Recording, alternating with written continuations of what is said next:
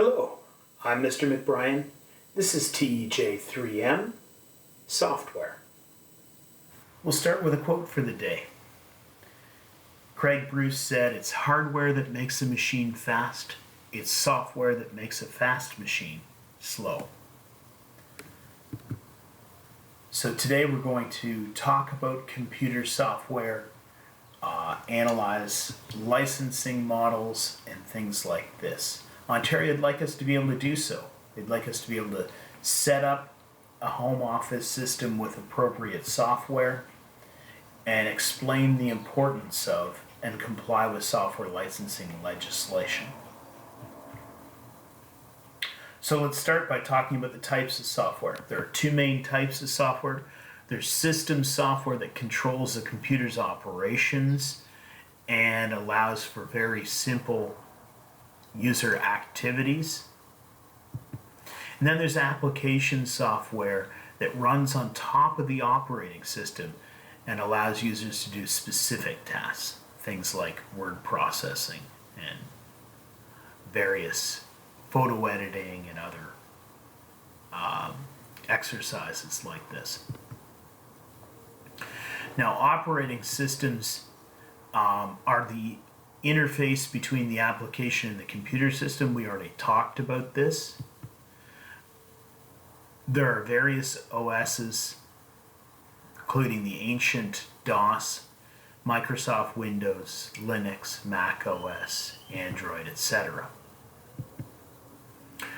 Now, the role of the operating system software is various hardware functions, keeping the hardware going, giving the user an interface to access that hardware, managing system memory, doing various processing tasks, allowing for networking, access to system resources, and file management, so moving files around. Now, we don't much talk about command line operating systems anymore. They used to be the norm, of course. You had to type in any commands you wanted to happen. You had to be a fairly savvy user to be able to work with them. MS-DOS is now pretty much gone by the wayside, but Linux is still here. Having said that, even Linux has a GUI now, a graphical user interface, that allows us to work through icons and menus in order to do the things we need to do. A visual interface rather than a text interface. Application software is specialized software designed to do specific things. There are lots of examples. I'm sure you can think of them. Hey, anybody heard of WordPerfect? It's getting a little old now. There are various things you can do with applications, including word processing, spreadsheets, desktop publishing, graphics software, you name it. Now, we lump application software, we lump programming tools into application software as well. You could just easily make this list as I could, I'm sure.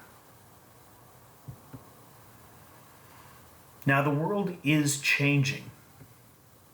So more and more applications are being offered over the cloud. In other words, major parts of the overhead of running the applications are done on servers off-site. And this has advantages both for vendors and for the users. The vendors find it easier to support because they know what machines the applications are running on. The vendors also the developers have control of access. They can decide who accesses their applications and when. From a user point of view, we have less requirements for hardware in our home or office because of the fact that the the servers are doing so much of the work. There's also a major advantage of cloud-based work in that if it doesn't matter where I'm located, as long as I have a suitable browser, I can go ahead and access the applications and my files. Now this cloud-based work, this server that is doing a lot of the heavy lifting with the application, this doesn't mean that nothing is being done on the PC, on the user computer. So some operations are still done there for various reasons. Examples of cloud-based applications: Office 365, Google Docs, and lots more. And we use many of these in computer engineering. Now this leads us to a question. We talked about the software developer controlling the access to cloud-based applications. Should all software be free? I'd invite you to pause the movie for a second and think about how you feel about that. Okay, maybe some of you hit on the idea that if software isn't profitable, if users don't pay something, then development of software is going to be rather slow, or it'll stop completely and software won't be available. Let's talk a little bit about software licensing for a second. We can talk about traditional software licensing versus the way that the internet has changed how software works. Traditionally, we bought a disk. We installed it on our computer and we ran that software whenever we wanted. So we owned a license and that was great. Some software licenses were and are free, and you may be able to think of some examples of this. When this occurs, the software vendor has to find another way to stay in business, of course. Now, selling these disks is not ideal for a software vendor. These perpetual licenses can become very inconvenient, and there are reasons for this. Let's take an example of Microsoft Word. Microsoft Word is obviously word processing software, and Microsoft has been selling this for more than a decade now, and they've sold many licenses. Now, traditionally, if you sold a license for software, you hope that people would upgrade it at a later date. And in fact, there have been many versions of Microsoft Word over the years. But the problem is that word processing isn't all that complicated an exercise. And old versions of Microsoft Word are still quite effective. I believe on my computer I'm using Word 2003. And it's quite useful. There isn't much reason for me to buy a new license to Microsoft Word. Now, if everybody takes that approach, then Microsoft Word won't be profitable, and Microsoft will lose a lot of money and have to decide what to do about it. There are other things. Older software may have bugs that don't get fixed. It may have compatibility issues, for example, with new printers and things like this. All those old copies of Microsoft Word lying around and Microsoft Office lying around are inconvenient for Microsoft. Now, they would prefer to have users who are using their software pay them every year. They have predictable revenue. They get paid for the development as it goes, and to a large extent they can control what version of software people are using. Consumers also get advantages with this software as a service model to a certain extent, because in theory they pay less for the software up front and only pay as they use it. And if they stop using a given piece of software, they can stop paying for it. Now, that software as a service implies that the vendor knows who is using what software. So the internet is a critical portion of this business model, and you can take it one step further and have the software not just as a service where they monitor your use of an application installed on your hard drive, but they can also provide that to you through the cloud.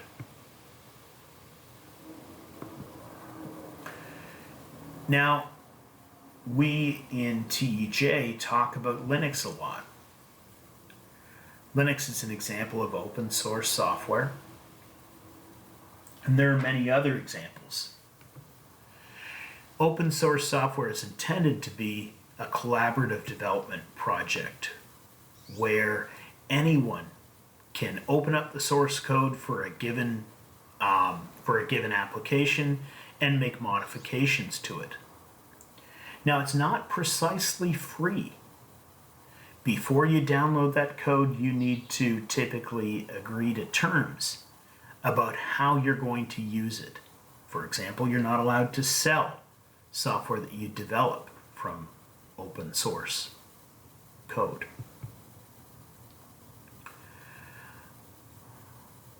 What this implies, though, is that open source software, you also don't have to pay for it.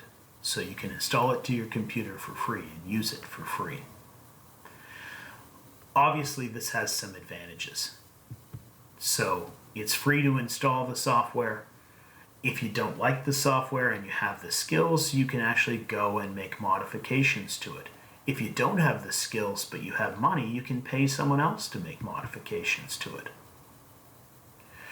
Because there are skilled people out there who are passionate about open source, new features often come quite quickly. But open source has some disadvantages as well. If the software is free, who's motivated to give you tech support? Well, in fact, it is under typical open source licensing agreements, it is allowed to charge for tech support on those things. But then is the software really free? Now,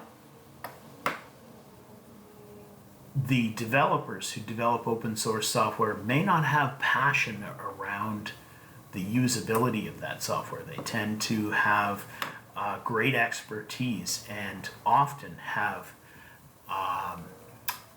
considerable tolerance for less than ideal user experiences. With fast development typically comes lots of bugs. So you may have issues with software that doesn't work the way you hope. There's another aspect of this. When you download open source software, part of the agreement to download that software and install it is that you absolve the developers of liability.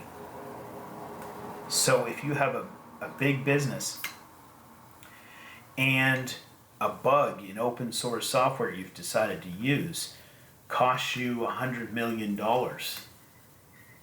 because the plane that you develop has a significant design flaw, well, who are you going to sue? And the answer is you can't. So you're accepting all the liability for the way that software behaves on yourself. Now, if none of these things are a concern to you, open source may be the right kind of software for you. Now, if you don't want to use open source software, you might ask yourself, well, why not use pirated software? Why not use software that has been modified to no longer require registration numbers, for example? And you may decide that prosecution isn't a concern. In fact, it is fairly rare that people are prosecuted for using pirated software versus distributing it. Well, one of the answers we've already come up with, right? You're not going to receive tech support from Microsoft if you install a pirated copy of Windows. Also, the people who created and distributed that pirated software may have added some extra special additional features to that pirated software. So that's something for you to think about. And if we want to get to it, we can talk about the morals of it. So stealing software is still stealing. And when it comes down to it, if software is useful to you, you should do your part to help pay the salaries of the people that created it. If you wouldn't go to the grocery store and steal from your local grocer, then you probably shouldn't be going out and stealing software. Okay, so that's our quick run through software for today. You should be able to differentiate between system software and application software. Of course, we have examples of operating systems, and you can probably list those. Software makers have various models for keeping in business. There's free open source software, where if a business is working around it, they'll typically sell tech support for it. There's the older perpetual licenses where we buy a disk and install it, software as a service, and we can have cloud-based versus thick client applications. For your homework, you should be pretty much completing your computer build by now. Don't forget to install Chrome on your build computer. What other applications are you going to install? You can think about that. Thanks very much. Have a great night.